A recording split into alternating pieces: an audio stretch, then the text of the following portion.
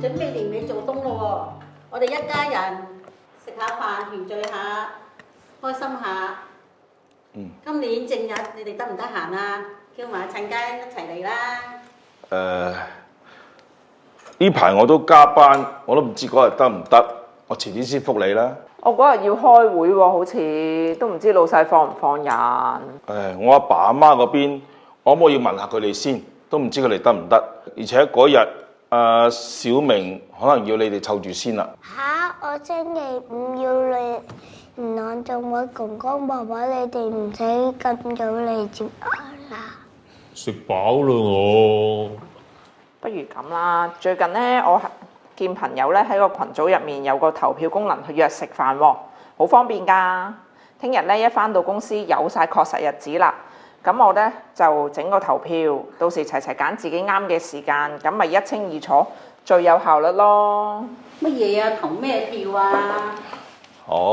哎呀，阿媽好簡單㗎咋，嗱你睇下，我老婆咧呢度咧就咧打幾日落去，咁然之後咧你邊日得你就撳佢一下。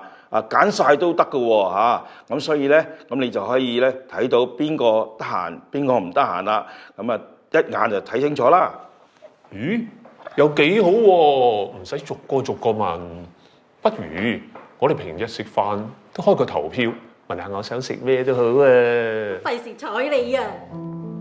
投票最多係12月20號星期六，大家 OK 嗎？好啊，我嗰日可以早啲放工啊。你哋都得閒就最好啦。我嗰晚呢準備大家中意食嘅湯圓。咁我準備小明中意食嘅雞翼。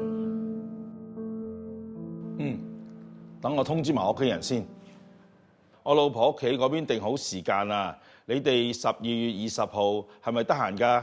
哦，得就應該得。不過你記得提我啊，返屋企寫低喺個大日曆度啊。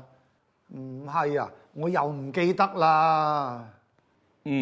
不如我整個家庭共用日曆啦。你又可以睇到我哋幾時返工，我又可以提你去醫院覆診啊，幾時過節食飯咁樣啦。哎呀，難唔難搞㗎？都係唔好麻煩阿仔你咯。唔難㗎，一係我聽日嚟食飯嘅時候教埋你哋點用啊。家庭開大 party， 梗係家庭情感連結嘅重要時刻啦。但係每個人生活都有唔同嘅節奏㗎噃，要急時間呢，一啲都唔容易。如果可以善用一啲有效嘅科技，就可以提高成功約會嘅機會，同大大減少衝突啦。